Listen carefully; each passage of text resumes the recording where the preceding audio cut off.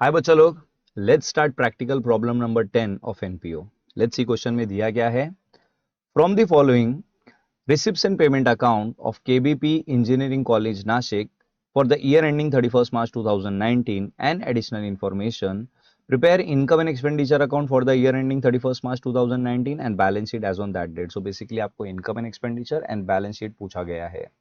Question में आपको receipt payment दिया गया है, नीचे some additional information are given.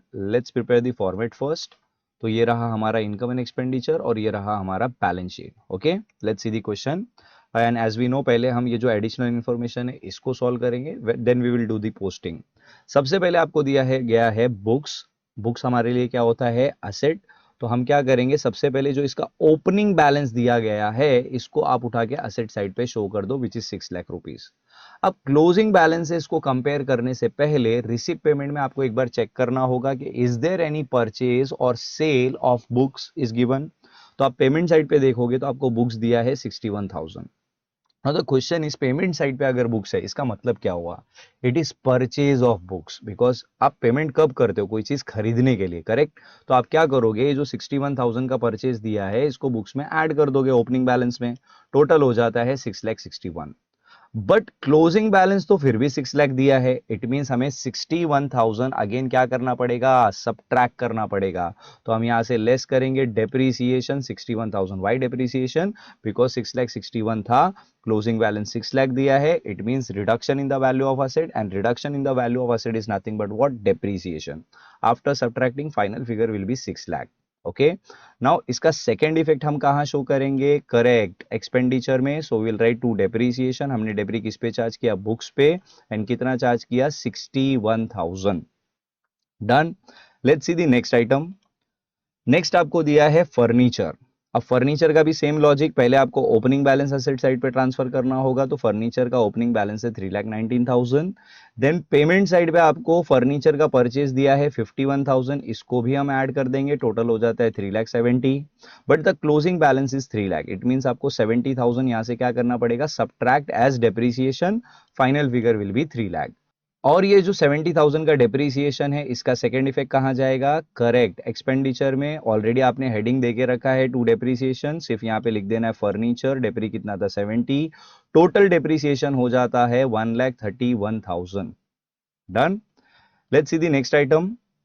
Building fund आपको दिया है 10 लाख रुपीज। अब ये जो बिल्डिंग फंड होता है ये हमारे लिए क्या है? लाइबिलिटी। तो लाइबिलिटी में आपको शो कर देना है 10 lakh rupees. Why inner column? Because नीचे कुछ इंफॉर्मेशन दी गई है, देखते हैं।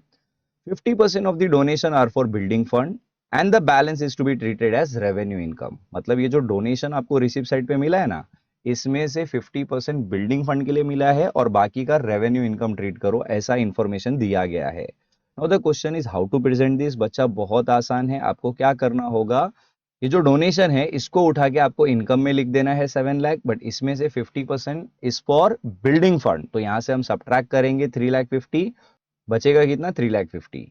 अब ये जो 3,50,000 का आपने सब्ट्रैक्शन यहाँ पे दिखाया है, ये क्यों दिखाया है? Because this is for building fund, correct? तो आपको ये जो 3,50,000 है इसको बिल्डिंग फंड में ट्रांसफर करना होगा। तो जाएंगे हम लोग और बिल्डिंग फंड में जाके ऐड कर देंगे 3,50,000। टोटल फंड हो जाएगा 13,50,000। Done guys. Let's see the next item. Fixed deposit 9,10,000। Opening balance दिया है तो सबसे पहले हम इसे एसेट साइड पे ट्रांसफर कर देंगे 9,10,000। अब पेमेंट साइड पे आप देखेंगे तो एडिशनल फिक्स डिपॉजिट आपने किया है 8,50,000 का, तो यहां पे हम ऐड कर देंगे न्यू फिक्स डिपॉजिट 8,50,000। टोटल हो जाता है 17,60,000।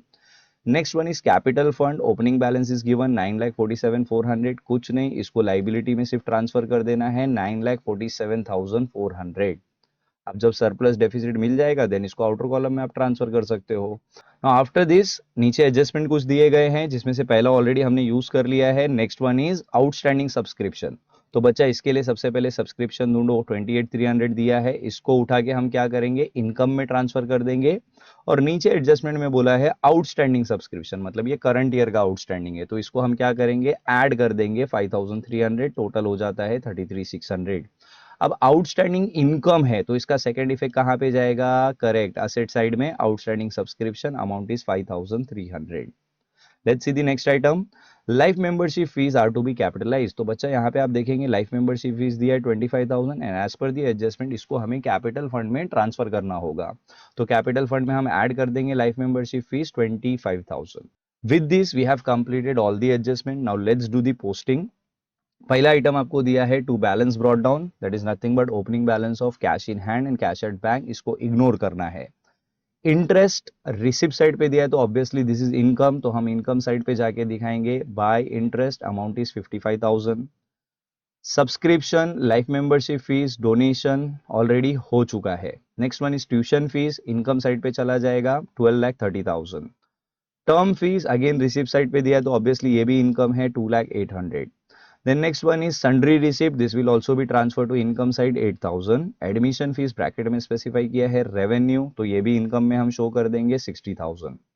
Let's see the payment side. Salaries to teaching staff will be transferred to expenditure and the amount is 11,70,000. Next is electricity charges will be transferred to expenditure, amount is 55,000. Books, furniture already done. Stationery will be transferred to expenditure, amount is 21,850. Fixed deposit already done. Balance carried down, this is closing balance of cash in hand and cash at bank, तो इसको हमें asset side पे show करना होगा। हम लिख देंगे cash in hand 16,650, cash at bank 2 lakh rupees. With this we have completed posting as well. अब सिर्फ क्या बचा है बैलेंसिंग, तो चलो क्लोज करते हैं। सबसे पहले हम क्या क्लोज करेंगे, इनकम एंड एक्सपेंडिचर अकाउंट।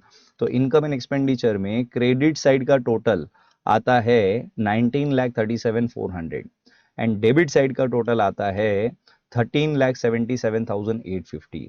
अब जब आप इसका डिफरेंस निकालोगे तो डिफरेंस आएगा 5,59,550 which is our surplus because credit was greater than the debit, मतलब income was greater than the expenditure. Now the question is how to present this. बहुत आसान है।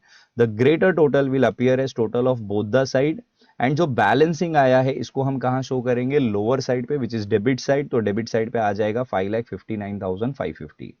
अब ये जो बैलेंस आया है this is what surplus, bracket में we can write excess of income over expenditure, और ये जो भी सरप्लस है इसको हम कहां ट्रांसफर करेंगे, कैपिटल फंड में।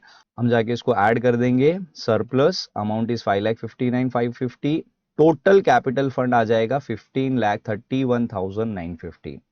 एंड आफ्टर दिस परंपरा के अनुगत हमारा जो बैलेंस शीट का टोटल है वो क्या होना चाहिए, सेम होना चाहिए। तो हमारा टोटल आता है 28,81,950 ऑफ बोथ द साइड।